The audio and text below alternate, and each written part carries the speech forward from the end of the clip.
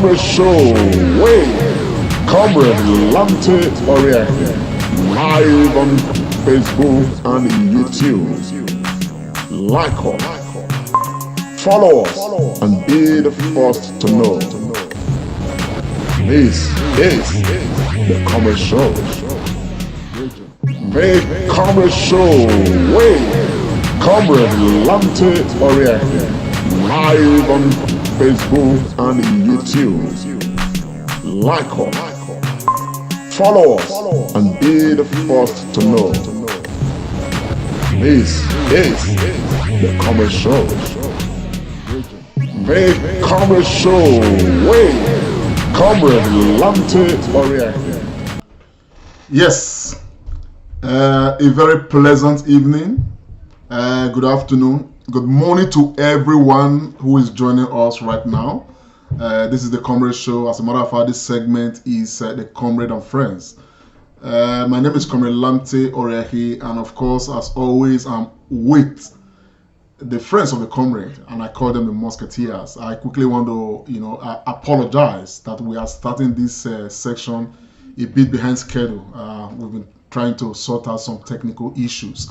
But if you are joining us, please, I want to appeal to you, and I would appreciate if you're able to, share this broadcast, because we've got some topical issues to, talk about. The friends of the Comrade have some issues.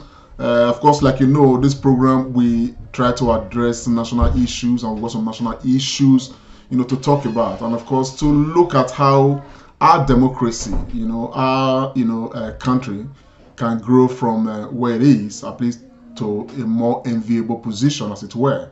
But from me, I'm going to be talking about giving some updates on the Edo Streetlights program that the Comrade Show is embarking on. But before we go into all of that, it is my honor to quickly introduce, to bring on board, of course, the Musketeers, I call them, the friends of the Comrade.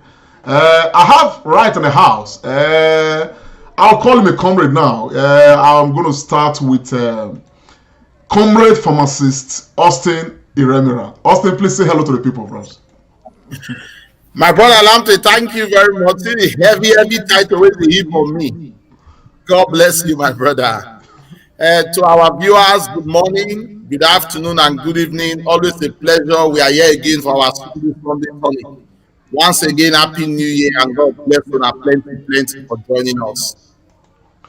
Thank you very much, Comrade Pharmacist Austin Remembrance. I actually have in the house another Musketeer, and of course, is a regular face on the program. Please, let's quickly welcome my brother, Comrade Dr. Tony Agbons. Dr. Agbons, talk to the people, please. Thank you very much, my brother, Comrade Lamte. This one that you are distributing comradeship all over the place. I'm very happy with this new title. I hope some allowance will follow it too. Anyway, our people, I join Austin and Lamte to welcome all of you to our program for this Sunday. Good to see all of you. Thank you for joining us. Thank you so much, my brother. I can assure you that by the grace of God, the allowances we're talking about right now, they are part of this package, as a matter of fact. The good thing about it is that they go there in arrears, because we've been on this for a very long time coming. And so then the account department, they are working that out, so that by the time the thing go come, it go heavy. The only issue is that I go beg una, make una, once una receive the allowance, make una not rock from the Comrade Show. Let us take the spirit of the Comrade and Friends going, because sometimes money they scatter program. Anyhow, my people, I want to salute everyone who is joining us. Please share the broadcast. I already see Irene, Faith, God bless you. Rosemary, Excel, Tokumbo. Rosemary, thank you so very much. Rosemary, was actually the first light angel, we have. She's the first person to donate a light to the program, the Edo Lighting, street lighting project. I'm going to talk briefly about that before we go into the topic of a discourse. Emmanuel Yamo, I see you all the way from Glasgow. God bless you so much. Emmanuel, please share this broadcast. Share. Let's share. Let's get some more people together. Omo Joshua, I see you. A very happy Sunday to you. Evidence Robinson, thank you so much for joining us. Osas B Osunde. Osas, you never share this broadcast right away, man. Maury David Osa, let's share. It's the least you can do for us, man. Osarawa Kings, I see you, my brother.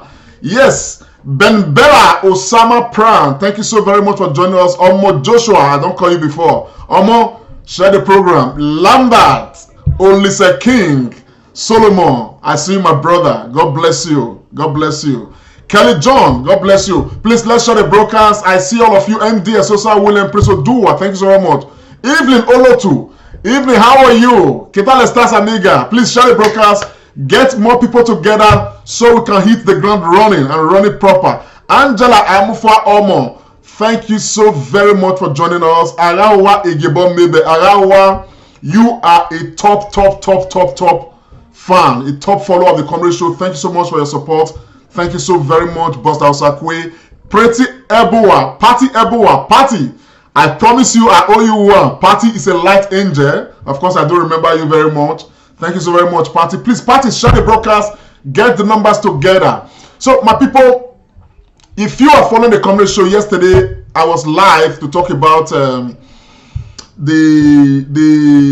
a matter of fact, I was live with the streetlight project installation that was taking place at Otoide Street by NNPC Depot, yes, Uwe quarters.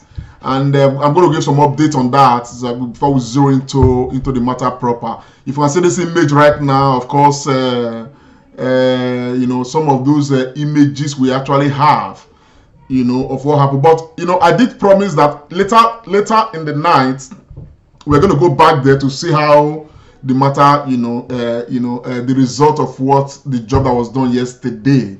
And by the time my team went back there, unfortunately, because I was at work, I couldn't join them live. So, but this is the light right now, all the lights are on right now. They are working. The people in the streets, they are working. I'm showing you some images right now of the lights, as covered by good morning, good afternoon, good evening who went there. From wherever you are across the globe. This is the voice of Comrade Ameyedi Omoroge, and here with me is Comrade Thompson. We are reporting for the Comrade Show project. We are right here at Otoibi Street off Pipeline Road by NNPC Depot in Ikobahi, where the Comrade Show project has just installed 6 units of the solar power street lights to help the area, cope with any danger at night, and also to open the area for commercial activities. The light is shining bright. The darkness that used to envelop this area is now a thing of the past.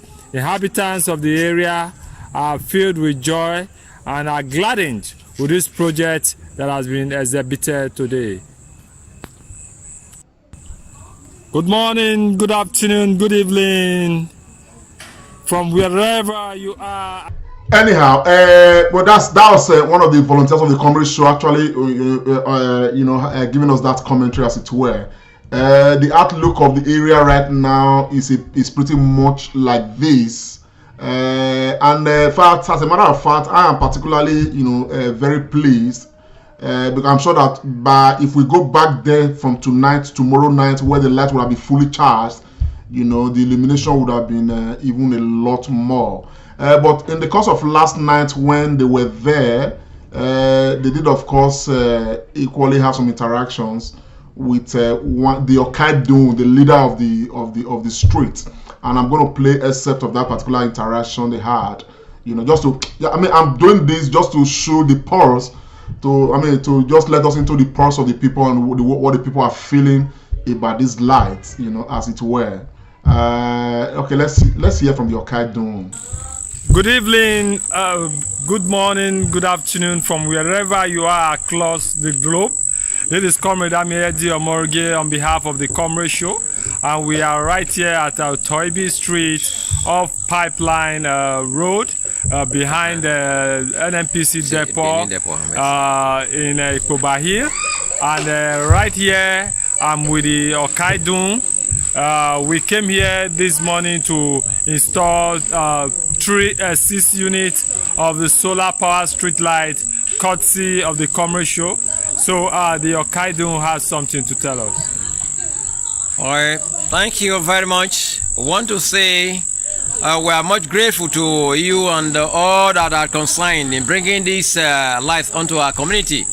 Proud to this period, the place has been in darkness, except when there is light, or some of us put on our gen.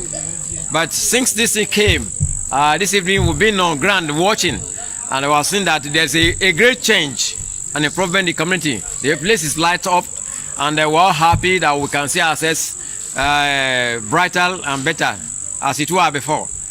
Yeah, what do you have to say to the Comrade Show? I want to say the Comrade Show that this they have done is great.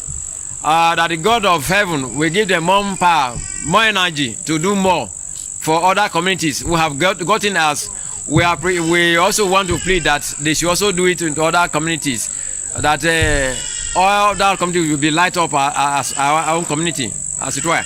Then we are grateful. We encourage them. We say we are appreciative of all that they have done for us. And the entire community, we are grateful. We are finding a situation that after this, there will be more. They say the Oliver Twins ask for more. I just discussed with one of your colleagues, say by not too long, maybe we can have our roads upgraded too. Thank you. That's the thing. Your name, sir? Your name again, sir? My name is Monday. I'm more Kokian Ahiorene. Thank you very much, sir. To God be the glory. Anyway, well, that's actually the Okaidun, they call it, the leader of the street. You know, actually speaking to the volunteer of the Comrade Show. I want to say a very big thank you to the Light Angels. As I speak with you, more and more persons are coming to donate light to us. You know, donate a light, be a light angel. We have a lot of places mapped out, and of course, I'm particularly very pleased too that a number of persons are taking up the challenge, you know, to light up their own streets, as it were.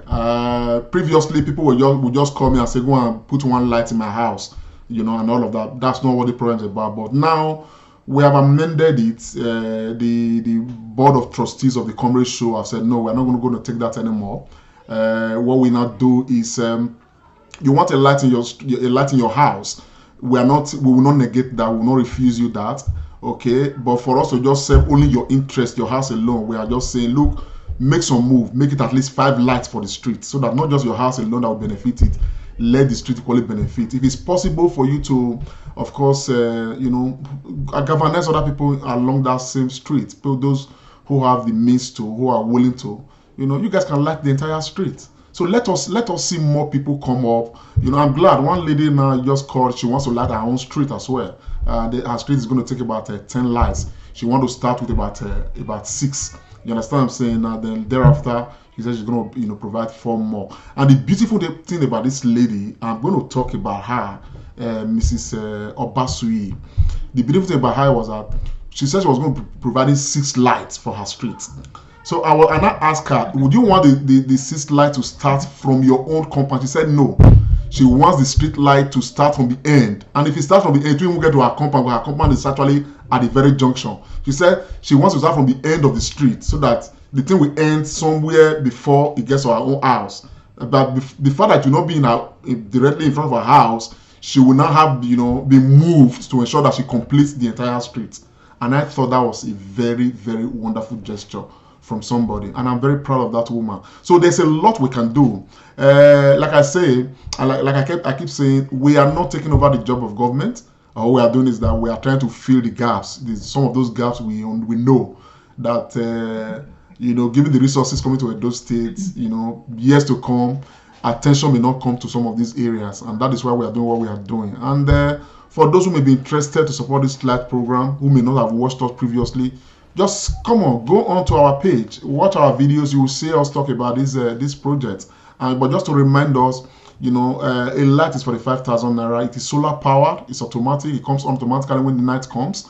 You know, just like we have previously. I have right now in this place We have, equally gone to put some street lights. Now you can see that some brightness have come to that particular, stretch.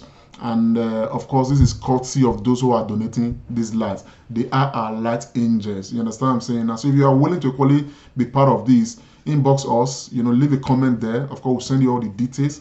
Or you just simply go to thecomradeshow.com and click on Comrade Courses. You will read more about all of these and some of the updates we have right there. At the moment, we are updating our website equally to include names of our, donors. The program is a transparent one.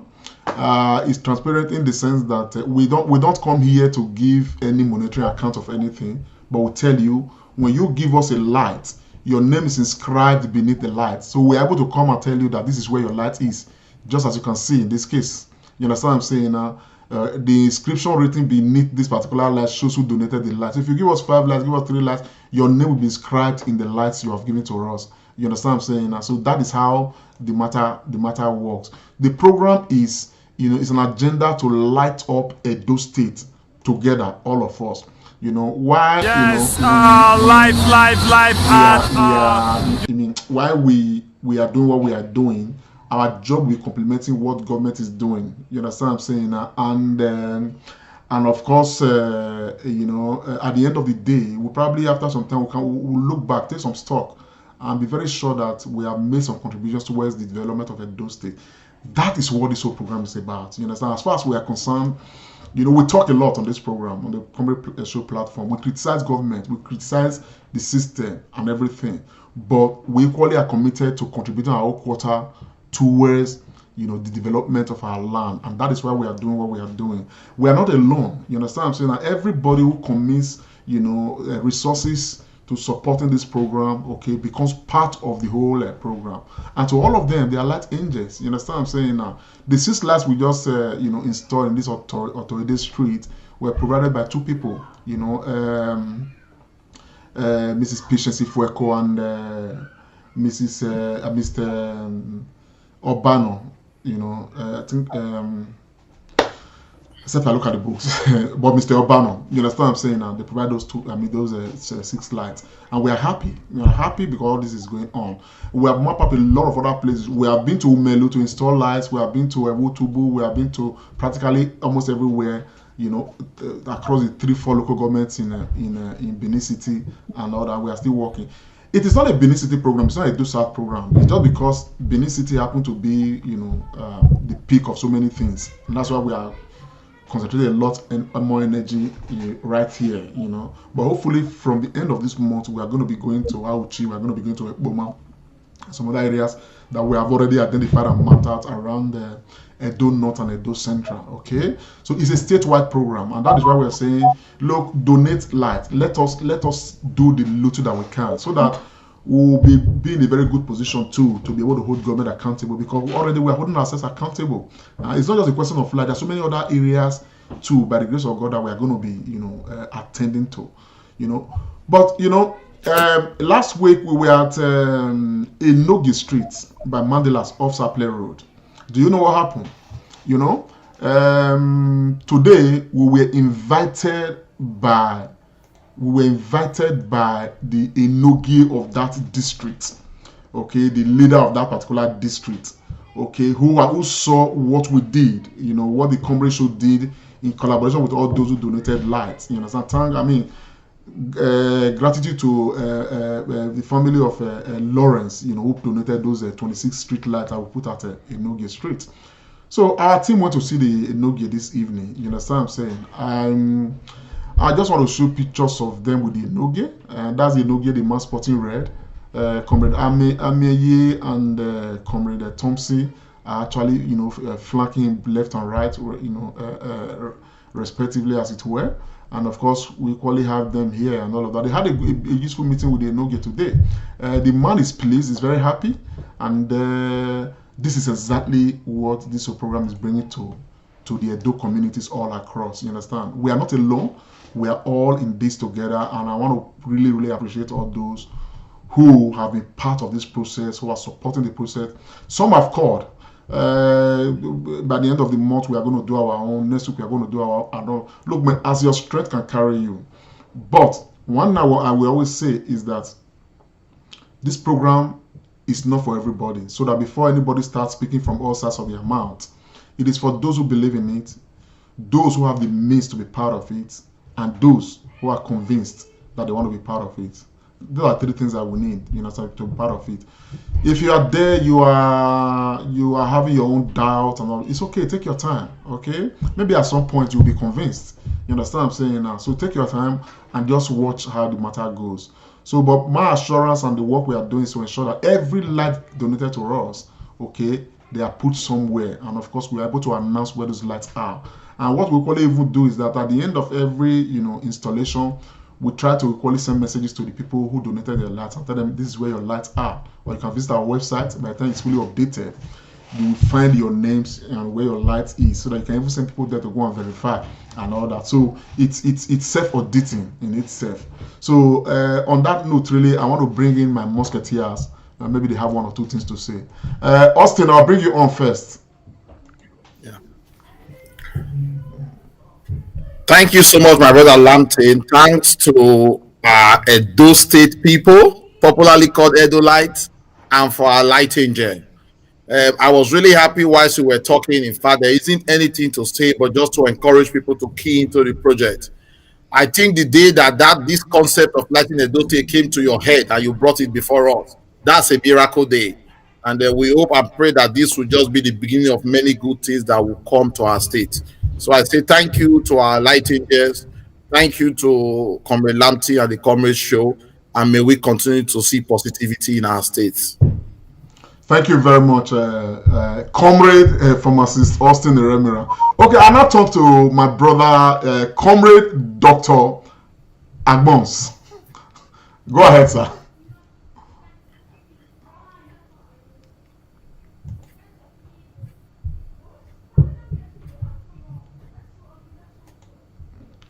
Dr. Agbons, we barely hear you. Can you sort out your audio? We cannot hear you at all.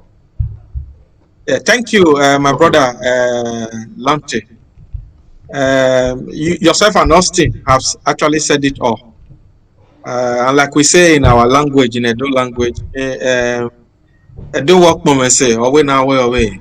So that is just to say thank you to everybody who has been contributing to the Light Up Edo project. I don't really have much to say than just to say thank you, everyone. As much as you are giving, the Almighty God will continue to replenish all your purses. God bless you all. All right, my brother, thank you so much.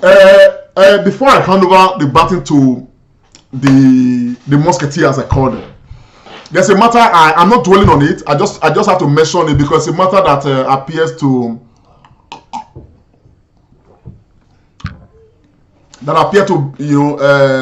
disturb some followers, subscribers of the Comrade Show.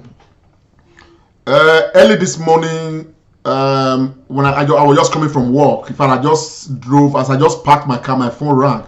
My phone rang before I got home, but as I made like parked my car, the phone rang again. I picked up a call and somebody called me, very angry, visibly very angry, and the person was saying a lot of things that he's very angry. He wants to blah blah blah. What is it? That some human being, I don't want to dignify anybody by mentioning anybody's name, was mentioning my name somewhere on social media, so I just calmed that person down. Before I could sleep, up to 4 different persons, three more persons called me in connection with somebody mentioning my name and all of that. I want to reiterate, this is the Comrade Show. By the grace of God, we try to set a different standard for ourselves. We have a goal, we have a purpose, and the purpose is very clear. And the purpose is that we are here. Our goal is to do what we can, all that we can, to ensure that our state move forward, most especially. Then hopefully, we probably can extend our tentacles to our nation, Nigeria. That's what our goals are.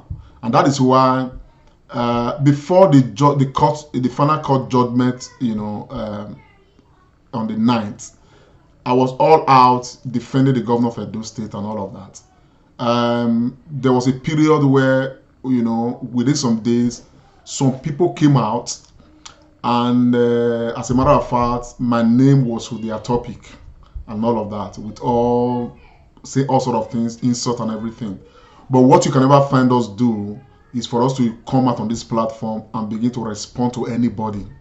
Okay, it's very clear. The reason is because we do not want to bring this platform to a lower standard, and so I want to appeal to all of us. So maybe we are learning from the governor himself, who is a very calm person, and I want to appeal to all the followers, all the supporters of the Comrade Show. Let us equally imbibe the same spirit. You expect that everybody will not be on the same page and all that. So in that same spirit, we just allow things to just go. You understand? Because at the end of the day, by the time we try to behave like some others do, we will not just be lowering our standard, we'll be lowering the standard even for our followers and for our subscribers. So we have tremendous respect for our followers, tremendous respect.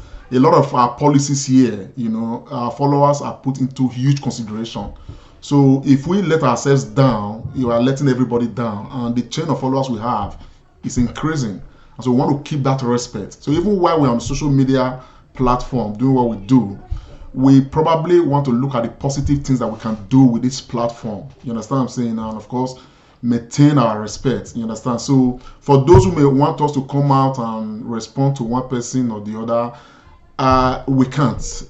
I want to appeal to us. We can't. And I want to appeal to equally followers and friends as well, not to equally bring themselves to anybody's level by way of confronting anybody, or why are you talking about the Comrade Show or about Comrade Lamptey, about this, about that.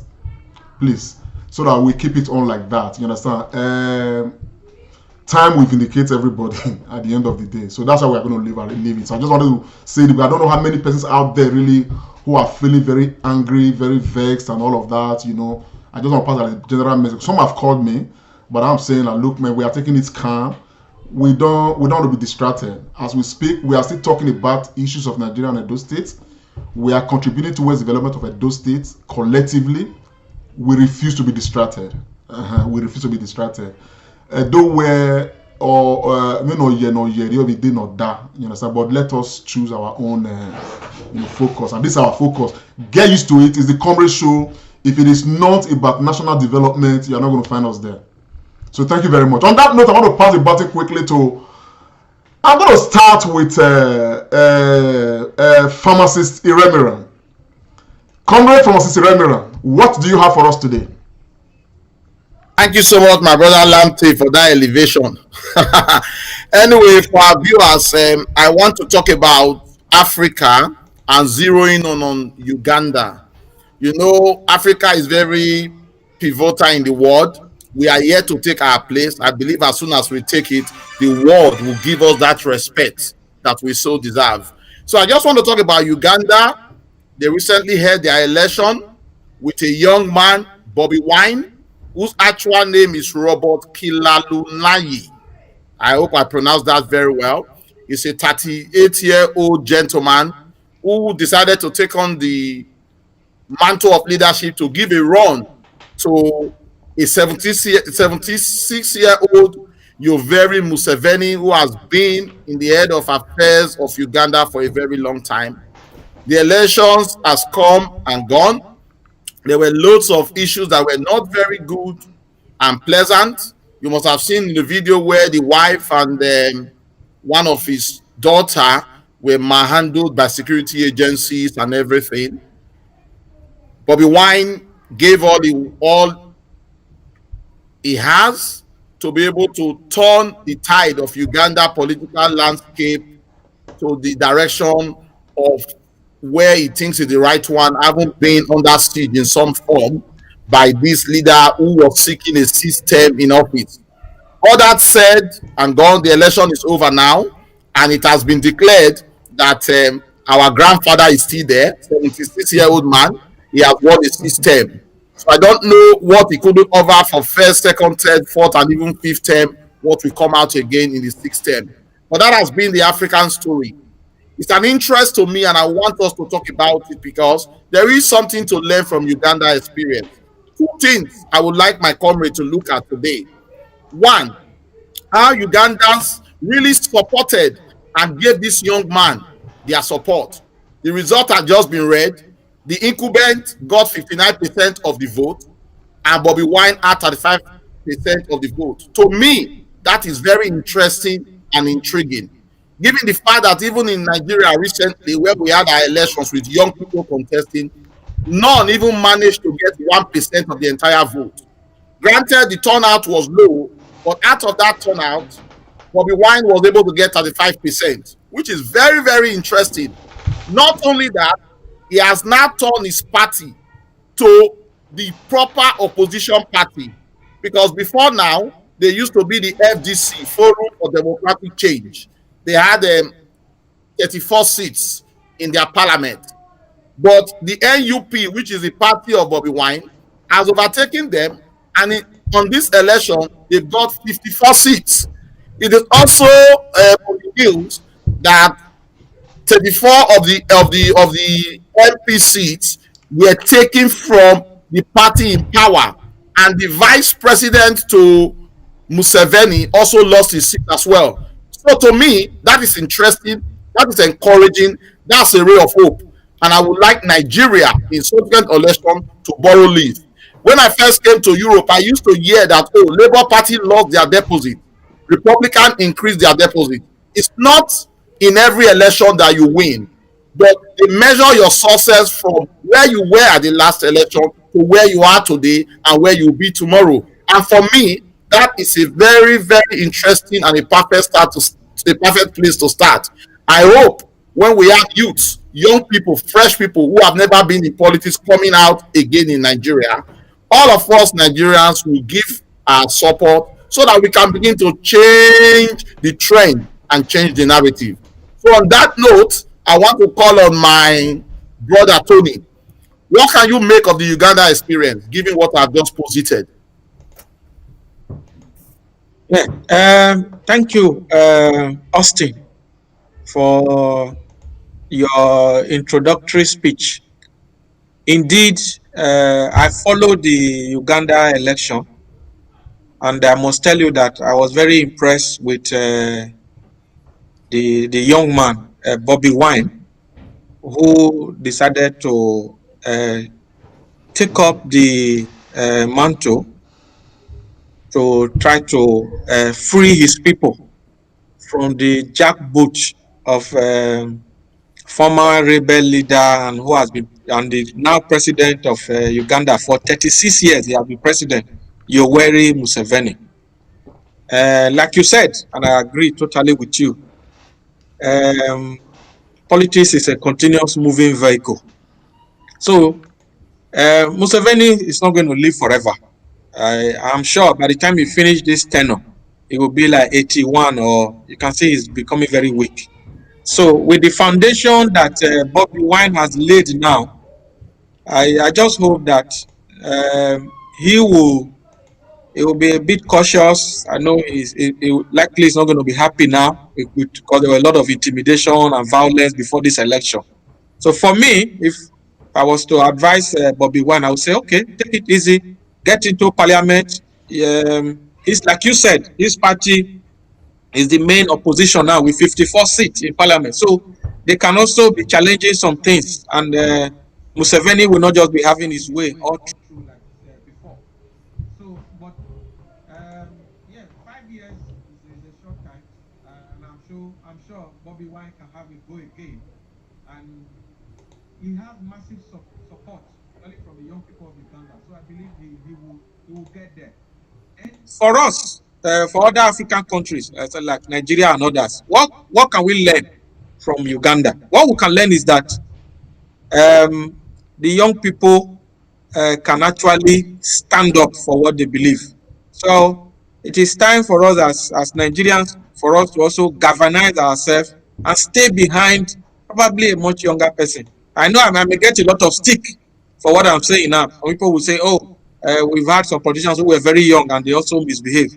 But I'm sure by the time we get a credible young person of integrity like Bobby Wine in a country like Nigeria, we will be singing a different tune. So that is my own take for now. So much, Tony Agbons, for that wonderful contribution. I'm going to come to Lanty, but I just want to trace some historical antecedents. We've had young people come out in Nigeria without really increasing their deposit at all.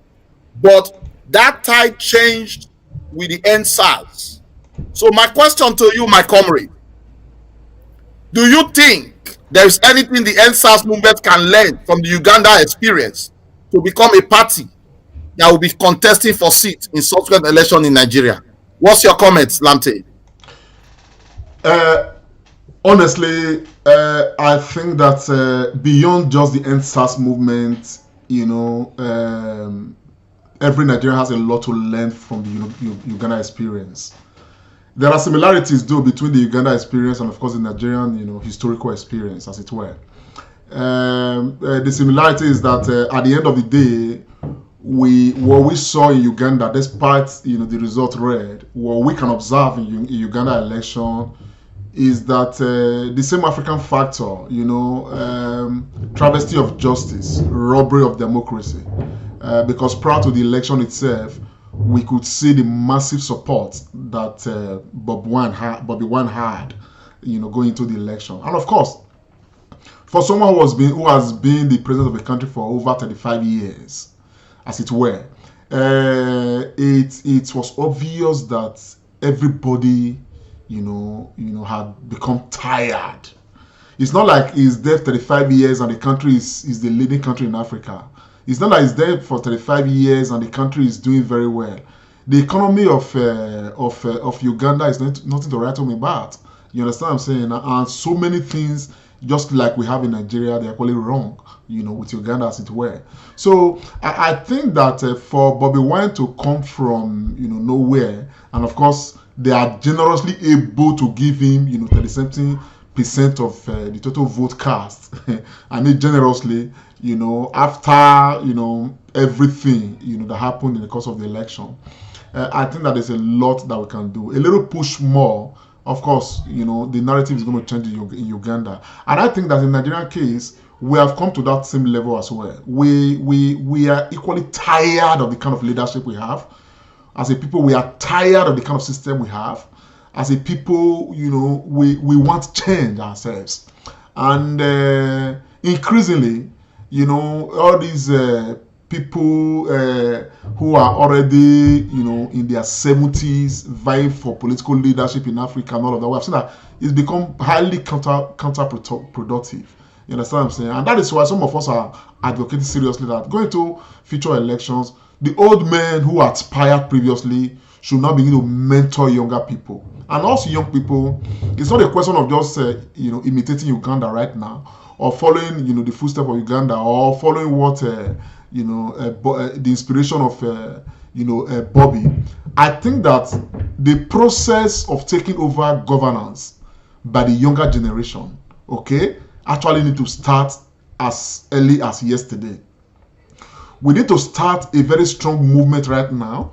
We need to start, consulting with ourselves. We need to start that, alignment, because Nigeria is divided along different lines.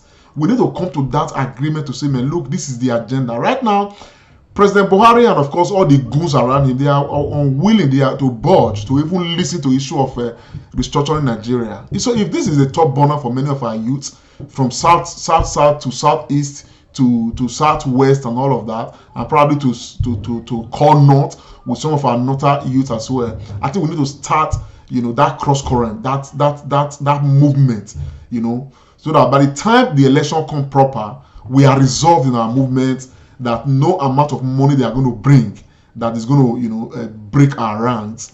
You understand? And we will be resolved before election to me. These are the kind of people we want to, of course, throw our weight behind. But we don't even want to have a situation where, because we want the youth to take over, to take over governance, 100 youths are contesting for presidency. They use all that to divide us. we need to be able to come to some level of consensus to say this is how we want this matter, and of course begin to build a consensus from there, leading to the elections. And for the old men who are out there, the likes of Tinubu's name is being mentioned. He should retire, for crying out loud. The likes of Atiku, they are still being mentioned. All of these people, I'm not putting water in my mouth. The system, as a matter of fact, doesn't need them anymore. I think that the best thing the likes of these people can do is to mentor the younger generation. We have youth that have been tested, that we know that these ones can, they can actually deliver when it comes to governance. And some of them should be given a chance.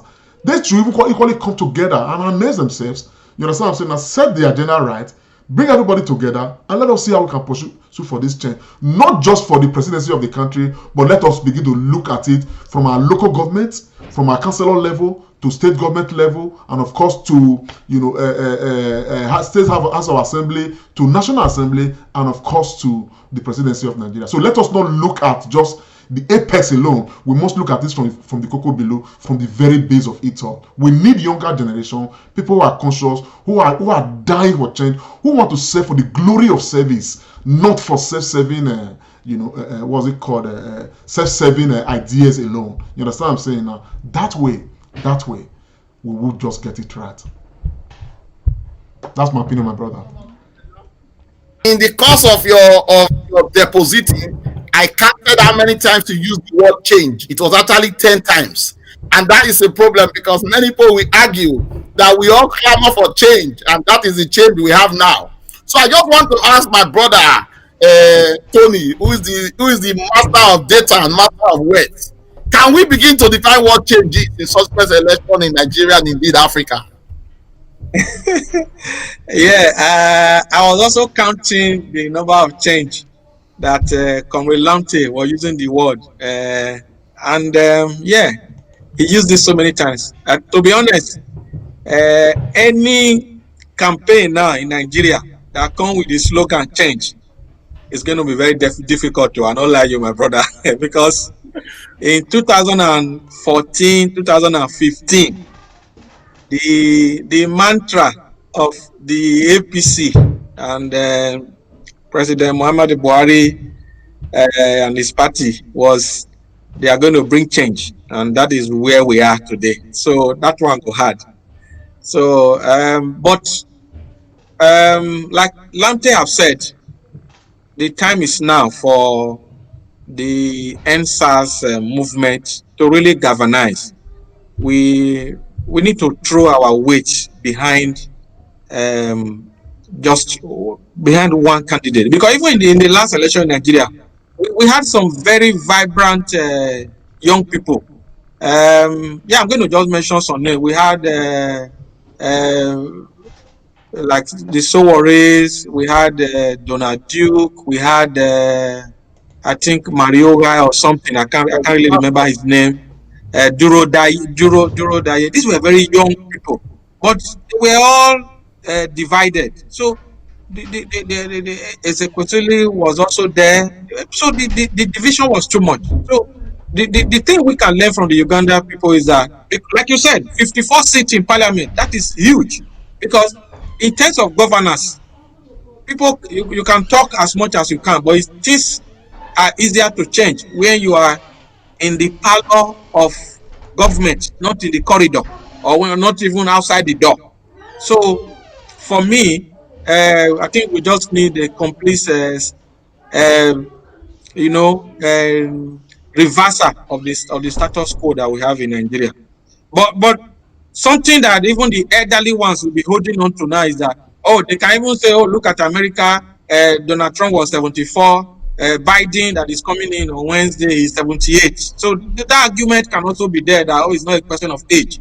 But for me, I think it's about quality now and antecedents. Because for like Nigeria, when you start hearing the names of people like Tinubu, people like again, you hear Atiku again. So these people, we know their antecedents, and we believe that they are not just the right ones to take us forward.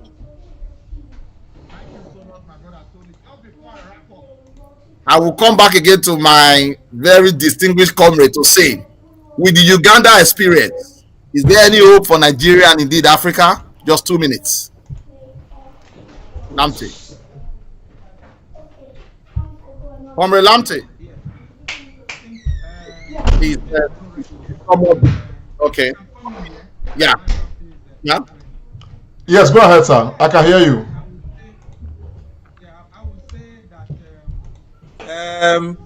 There is hope and there is no hope, because I still believe that this Uganda election was rigged, because I don't really see how Museveni won this election. But be that as it may, like it has been said in this program today, he has all the organs of government, he has the military behind him, but the good thing is that he can't live forever. That's true. Absolutely. Yeah, Lamte, I just wanted to make a quick contribution. I was just asking that with this Uganda experience today, is there a ray of hope for Nigeria and indeed Africa in terms of governance? I can tell you, my brother, there's always been some ray of hope. I strongly believe that there's always been some ray of hope. With or without the Uganda experience, okay, it comes to a time in a people's life where, you know, something's just begin to happen, and I think we are getting to that point. It's like a boiling point.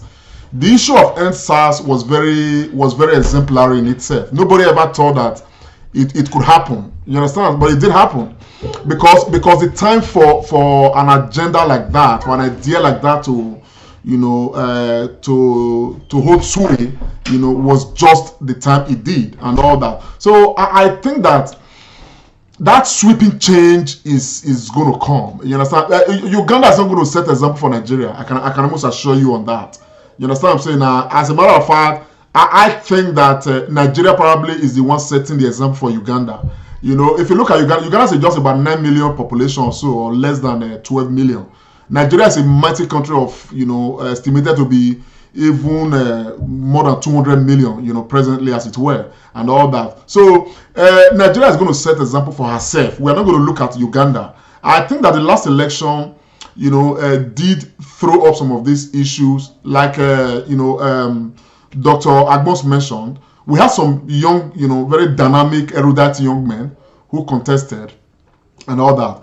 And I'm sure that if we take stock, we will be able to know. They themselves would have known areas where they made some mistakes. You understand? Because they could not harmonize. There was division. So we could not come together.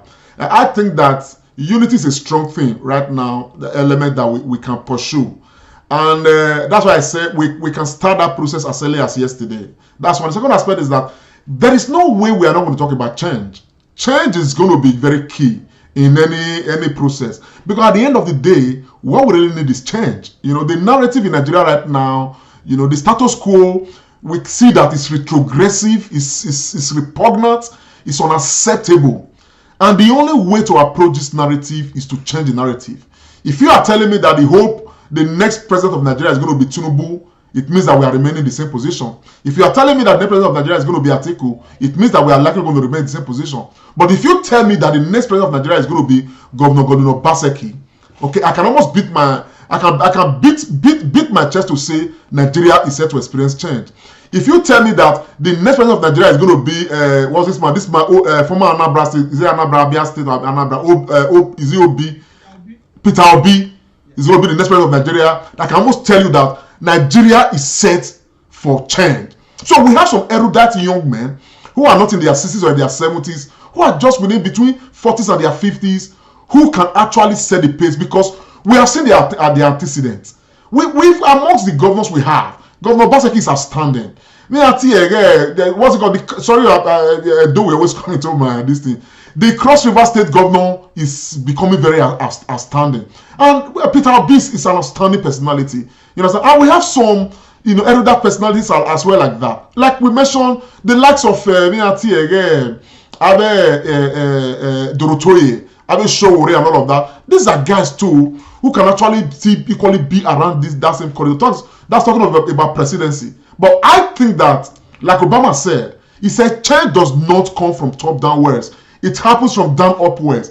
I think that to arrest and take over Nigeria, okay, with a good narrative, with people serving for the glory of service, we must start from our very local government. We must begin the grassroots change from that level. We must start the discussion from that level. Right now, okay, the dialogue is not going on at that level. People are just looking at the presidency. You understand what I'm saying now? And meanwhile, a lot of rotting bananas, they are taking place at the local government level. A lot of rotting things are taking place at the state level. So, but everybody's focus is being Buhari. I think that we need to start looking inwards, okay? Let us deal with our own cocoa below and raise it from there up. And by the time we have that consensus going forward, my brother, I can tell you that in the next 10 years, Nigeria will be set for glory. And that glory is going to come from change. Thank you, my brother. Thank you so much, Comrade Landy, for ending your last statement with change again. We can agree today that change is inevitable. The only thing I want us to hold on to is, should anybody come to us in next election in Nigeria to ask for change, we must define what that change is, so that when they are in power, we keep on reminding them of what they said they were going to change. Congratulations to Uganda. I think they've set their name in history again, and congratulations to Bobby Wine for standing in even in the face of oppression and difficulty and raising the bar as well. I hope and pray that he will continue to keep an eye on the ball and have a very good name when Parliament resume and begin to drum and success and hold the present leadership accountable. A big lesson for Nigeria.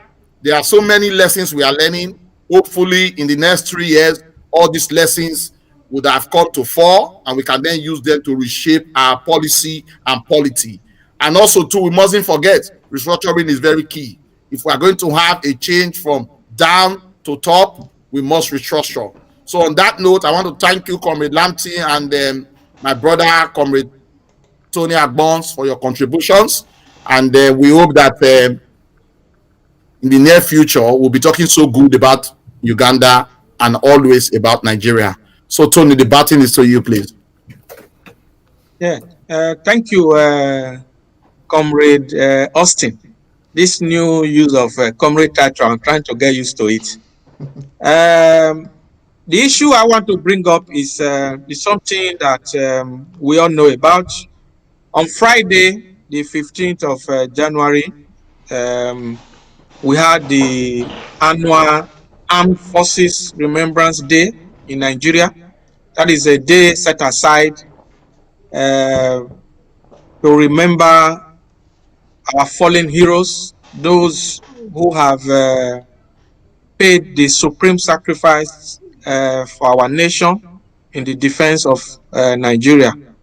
So we had this program. There was a ceremony at the federal capital in Abuja and at state levels. In Abuja, though, something comical happened when the pigeons that the president released from the cage at the parade ground did not fly. And that one has been causing a buzz on social media. Maybe we'll talk about that later on the comical side. And what could have been the reason for that happening.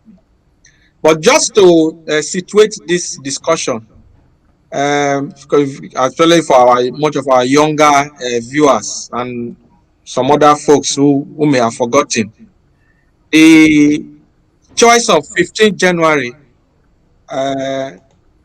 for our Armed Forces Remembrance Day is the day we remember the end of the Nigerian Civil War, which came to an end on 15th January 1970.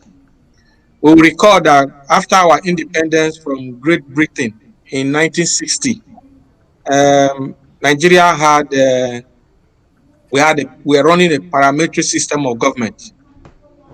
We had that as a republic for 6 years, and in 1966, Nigeria, we had our first military coup, which was led by predominantly young Igbo officers from the East, led that coup. And a lot of high political office holders were killed in that coup, like the premier of the Northern region, the premier of the Western region, the finance minister, and some other top civilian and military officers from the northern and western region were killed.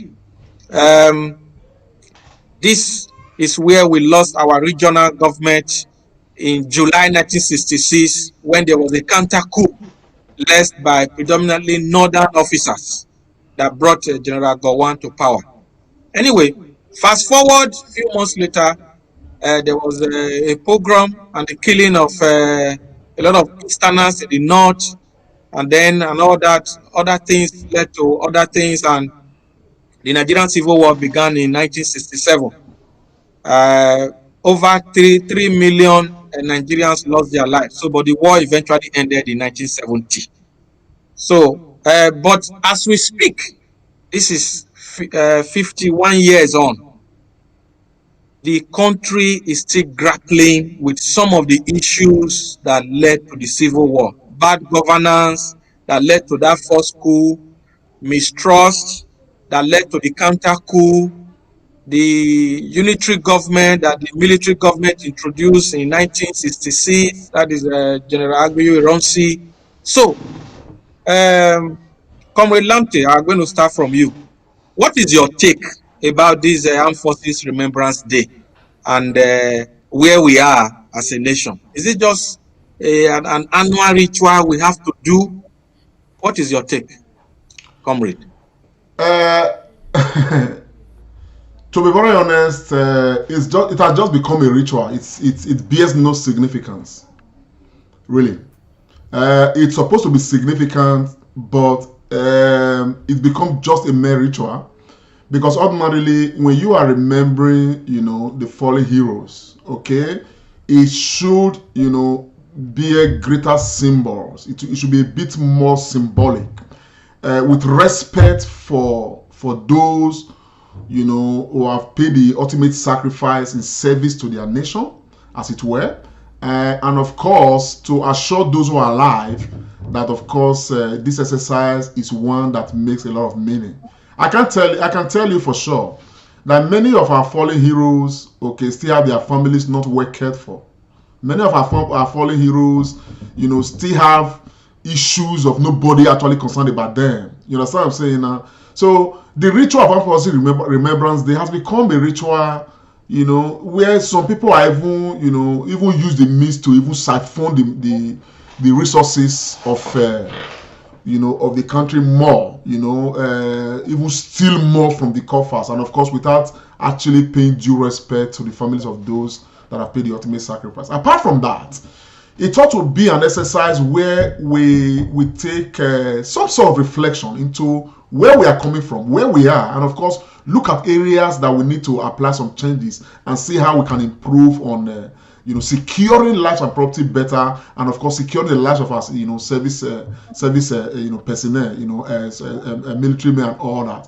But today, okay, we have the same archaic self-serving service chiefs, okay, that came with this administration. That this administration is on record right now, to be the administration that's giving Nigeria one of the most insecure status ever in the history of this country, apart from the time of Civil War. And yet those chiefs are still there.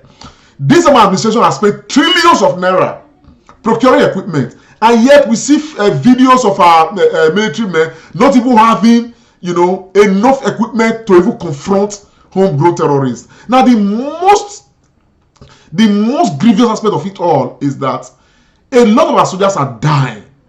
It's not from external aggression. It's not from some sort of war between Nigeria and another country. In the time of peace, we are dying in the hands of homegrown terrorists, Boko Haram. For 5 years, this country has not been able to curtail the essence of Boko Haram, to the extent that the territorial integrity of Nigeria has been compromised. That certain part of the territorial integrity of Nigeria is now being controlled by Boko Haram. And yet, with our military might, with all the money we've expended on buying, arms and ammunition and all of that, okay, that we were purportedly buying arms and ammunition, we cannot confront Boko Haram still. Our people are dying. The soldiers will go out there, not armed enough to confront these dead devils, as it were. They will get killed, And next year, you want to come and celebrate Armed Forces Remembrance Day, where you have actually provided room for them to be killed. So at the end of the day, the ritual, as far as I'm concerned, is baseless, it's meaningless. I think that there are more structural things that Nigeria needs to address on our own security, fabric, as it were, before we can think of now looking at this. Now, these boys who just died, now some of them just died, nothing goes to the families. Some of them have wives and children. You understand what I'm saying now? They don't even get their pension. Nobody cares about them. The politicians are the ones who care about themselves. Buhari is there. And the only reason why Buhari is there with this service chief is to protect Buhari, to ensure that Buhari stays to the end of his tenure, or even beyond if he can. So the only job that we can see that the service chiefs are doing is to serve Buhari. And that is one of the reasons why the pigeons refuse to fly. Because they know that this situation, you understand what I'm saying now? Okay, what thing would they want to fly for? What is glorious they want to fly about? So the pigeons themselves, they are speaking to Nigerians that what we have is nonsense. It happened at the level of Eagle Square with Buhari. It equally happened at the level of Imo State with the Supreme Court governor. So it shows you symbolically, it shows you physically, it shows you spiritually that this country is in trouble. That even the animals, the birds in the air, they know that the country is in trouble, and they themselves are very troubled by what is happening in this country. So my brother, Armed Forces Remembrance Day ought to be a glorious exercise that all of us will partake in.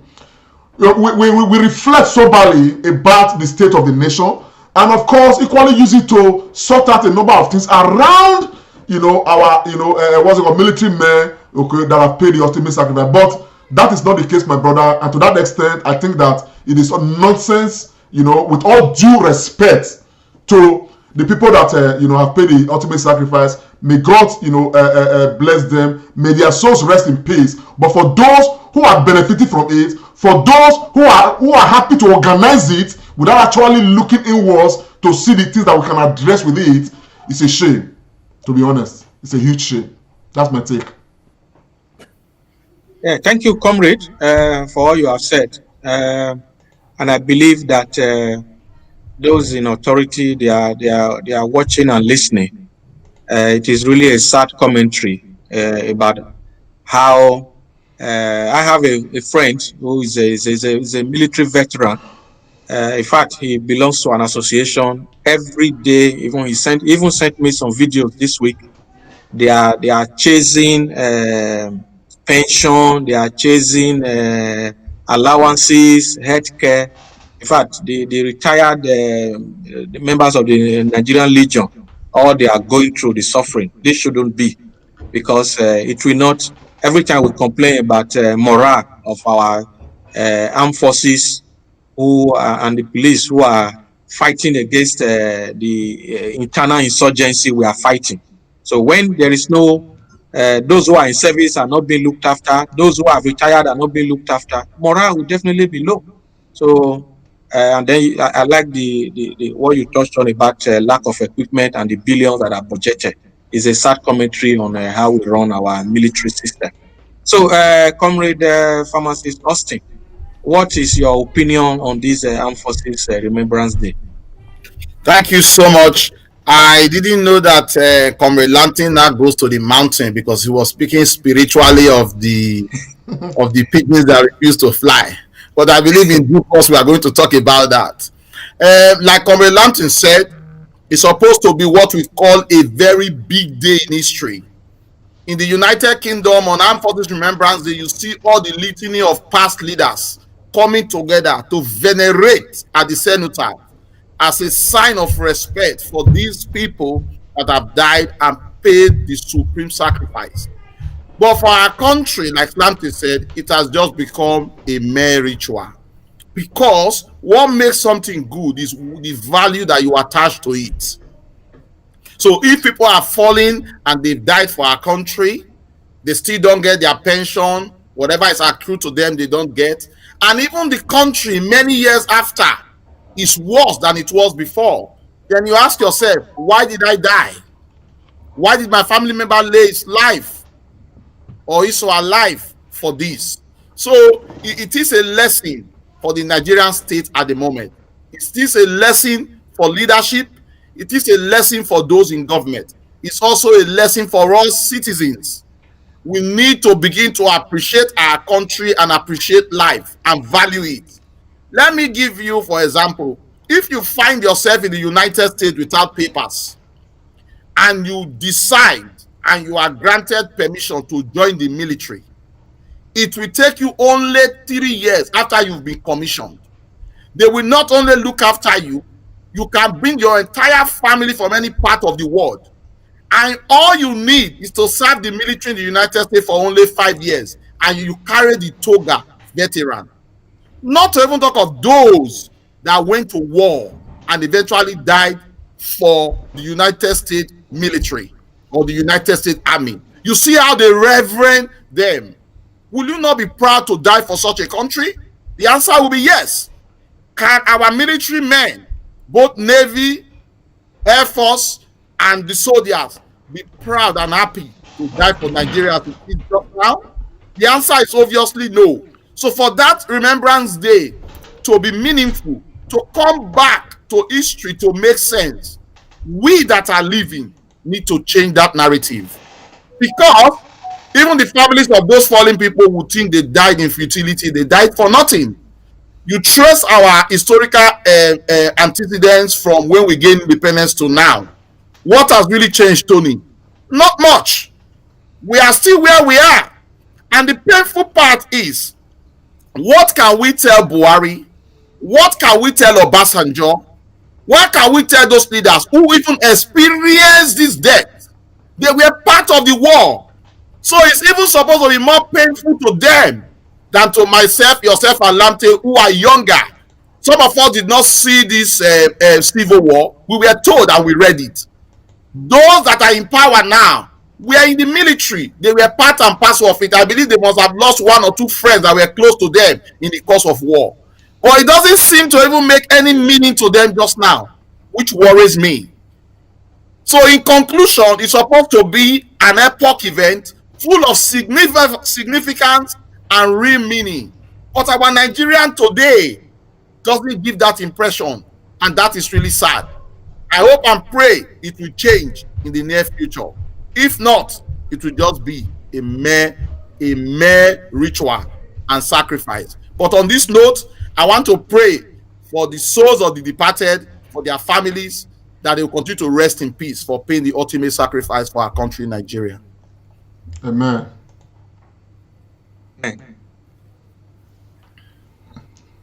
Thank you, Austin, for your contribution. So I want to wrap up this segment just to ask, comrade, just 2 minutes. What is actually for you the significance of these pigeons not flying in Abuja when the president released them? Because for all I know, I'm not aware, this has not happened before. The pigeons flying is a symbol of peace. It's a symbol of serenity in the land. So what do you have to say? 2 minutes, sir. Is that to me? Yes. Okay, sir. My brother, it's clear. The Benin will say, that means, the case is already decided. It decided itself. It's not fluke, my brother. The pigeons did not fly in Abuja. They did not fly in Imo State. It's not fluke. They did not hold meeting. I mean, the pigeons I know, even when I was a younger person, I did have some pigeons that I had in my yard that I was, of course, they were my pigeons and all of that. I caught their wings at some point. Later, the wings grow. They do fly, even when you put them in their cage. When you release them from the cage, they fly away. You understand what I'm saying? And when you put food back there, they come back. Now, all the while that I've experienced Armed Forces Remembrance Day, each time pigeons are released, they fly. It's always like, okay, wow. You understand what I'm saying now? In this case, my brother, there's a spiritual significance to this matter. You understand what I'm saying? I will not dwell into the spirituality that much. You understand? But the spiritual significance to it is that this country is heading for the rocks. And the air, the wind, and the waters, they are attesting to it right now. That Nigeria is in a state of emergency. Now you're talking. You talked about what's it called? The families of the legions dragging for everything, wanting to be attended and all of that, and no attention. Do you know now that for every transaction you make right now in your own local bank account, I see that regularly. They'll just say 50 naira, federal government enemy, 50 naira, federal government enemy. We cannot even transfer money right now from Europe to remit money back home. They are taxing it. They have taken over dormant account. Have you ever heard that?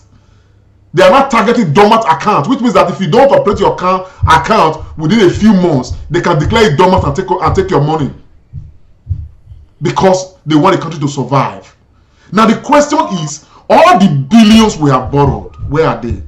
They tell us they are servicing our own this thing with multi-trillions, servicing our debts with multi-trillions. What is happening in this country? The danger that this country is going into, my brother, is palpable, is worrisome. As a matter of fact, we will just wake up one day, the country, it don't wreck.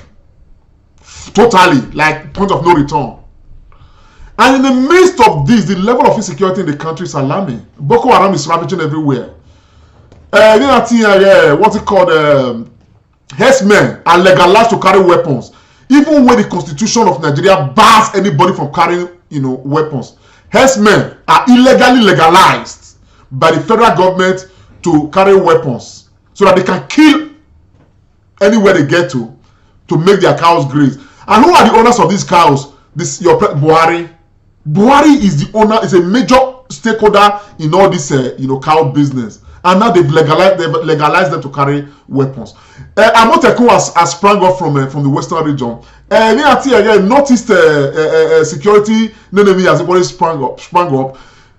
Everything is already coming up illegally, and all of these things are indices, clear indices of war. They eventually will form what will be described as the remote causes of a civil war. We had semblance of this kind of things before the civil war. So apparently, I believe very strongly that what the pages are telling us is to tell us that we must all now move to salvage what is left of this country, because allowing this man to continue for the next 3 years without a deliberate action from Nigerians, I am not calling for violence, but the action is that we cannot afford to stay mute. We cannot afford to stay idle. The movement to restore this country immediately this man leaves, we must start it now. This man is not going to answer to restructuring. It is very clear.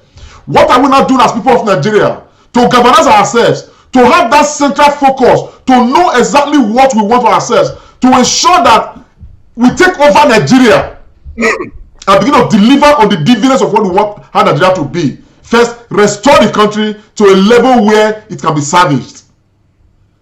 And we probably equally need to make a quick move, because 2023 is still far away. See whether we can use our own, let me not insult them, but they are proving useless. Our own House of Rep members and National Assembly members who want to equally flag off a process of impeaching this president. A president who was able to slap the entire country. He was invited by the National Assembly, by the House of Rep, to appear before it and explain the security situation of Nigeria. He refused blatantly. And today, nothing has happened. Is he above the law? Is he above all of Nigeria? And yet we have people saying that this man is not even Buhari, that this man is one human being from Sudan. And those voices are beginning to come even loud. Even loud, they are getting louder, as it were. So, with the pigeons there, listening, not knowing whether it is Buhari or it is Jubri that is throwing them up, they will be confused, they won't fly. They will look at the situation of the country. There's no to ransom about. Even in Nigeria right now, the pigeons are hungry. The birds are hungry. What do you expect? So my brother, physically, spiritually, morally, and otherwise, psychologically, and in every way that you live, the country is having a problem, and that is why that's what the pigeons are responding to. That is my take on the matter, and that's the way I understand it, and that's the way I think it is. Yeah. Thank you, Comrade Lante, for what you have said about these pigeons not flying. Comrade Pharmacist Austin. Um, though a laughing matter, I have seen posters where people have talked about Staging Pigeons Association of Nigeria and all that. Yeah, it's laughable. But what really, for you, what is the significance of this pigeon not flying in Abuja and in Owerri yesterday, on Friday? My brother Tony, I think there's only one significance. The pigeons are not happy because of bad governance. I just watched our comment session. One of our observer just wrote something there just now that there was an instance where the pigeon did not fly again during Abacha regime. And I think remembering that story.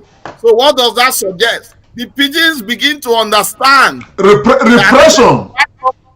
Repression. Hello?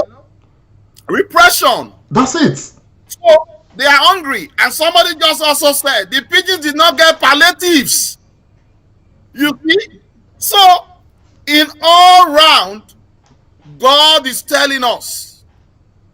I'm sorry, sir. I'm sorry. I'm cutting in. And these pigeons in question, they are Nigerians as well. Yes, they the are. Pigeons are Nigerians.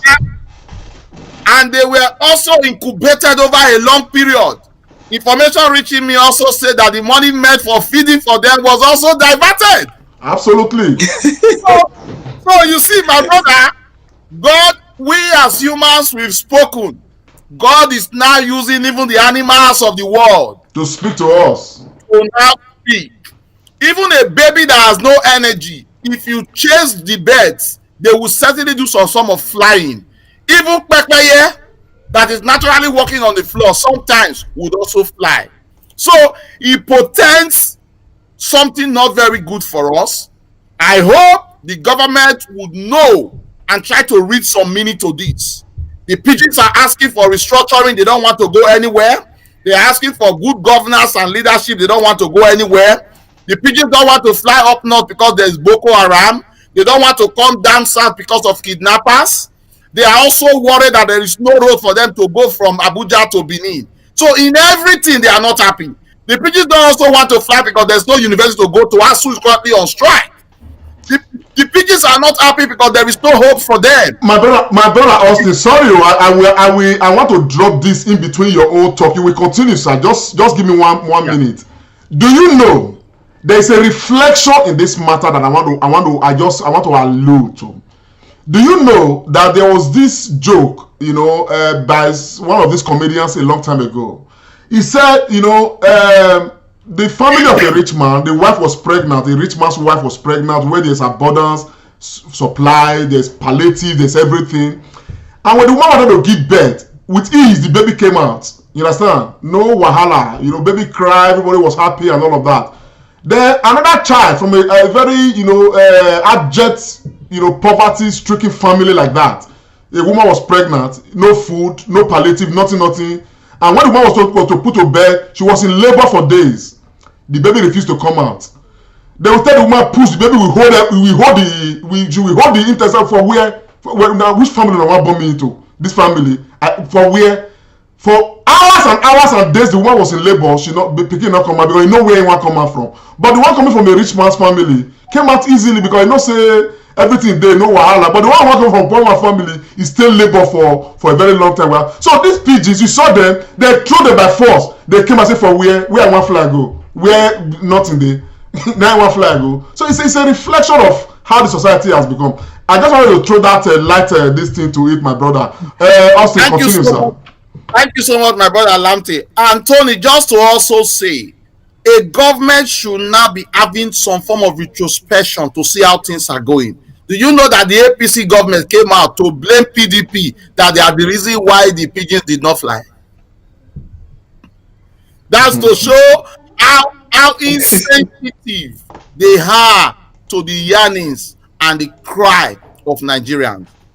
Like Lamte will always say, if we don't change course, we are heading for the rock. It may be laughable, it may be comical, it may be funny, but on serious reflection, Those pigeons not flying as an undertone is a warning signal to Nigeria that we should change course. We should change course and do the right thing. What we need to know is not far-fetched. We should sum up the courage, have the zeal and the momentum to serve Nigeria and serve it properly. And I tell you, next Armed Forces Remembrance Day, if things are done properly, if the country is restructured, if the change is right, if the governance is right, the pigeons will not only fly, they will take off, and we cannot even tame them anymore.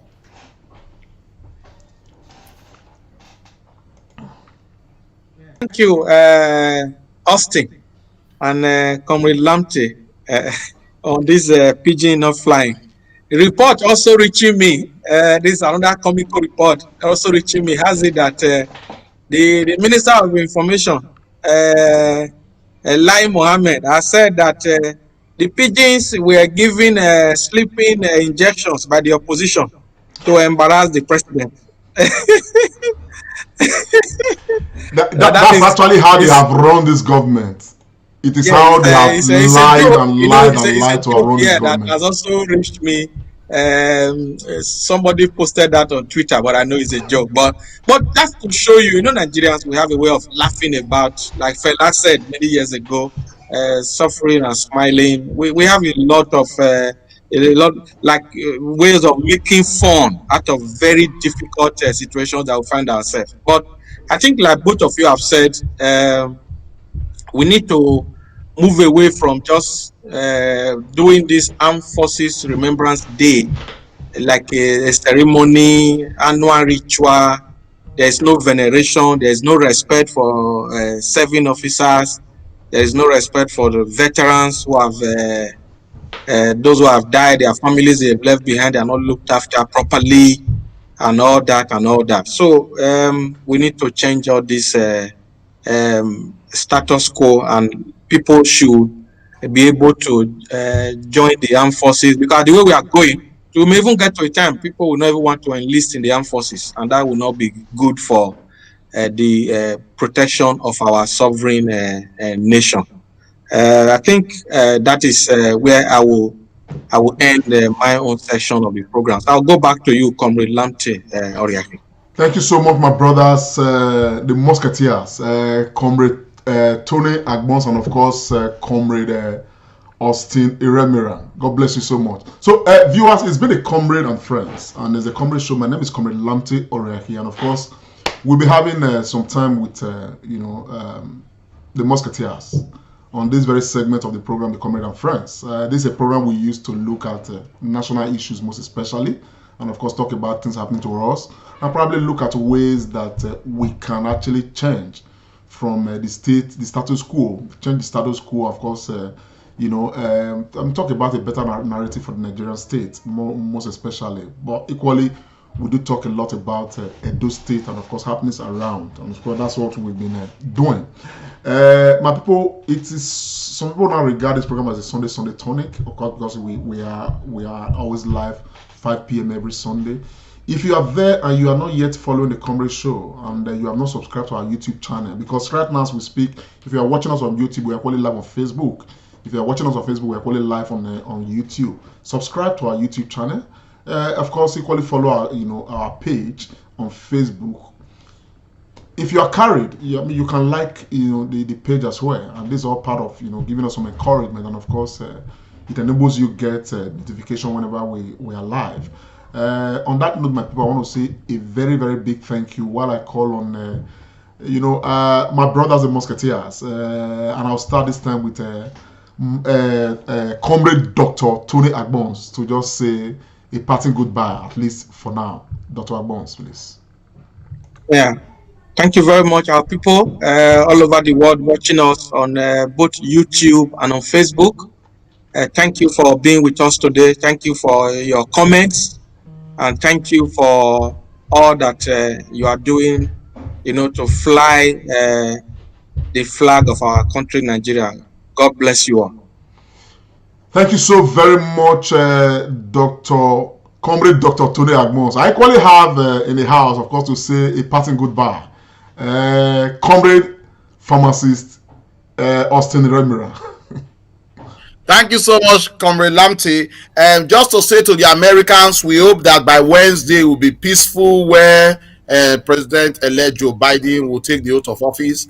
I believe we'll be coming here sometimes to discuss his speech, but just to wish Nigerians, to wish Americans a very peaceful transition of power.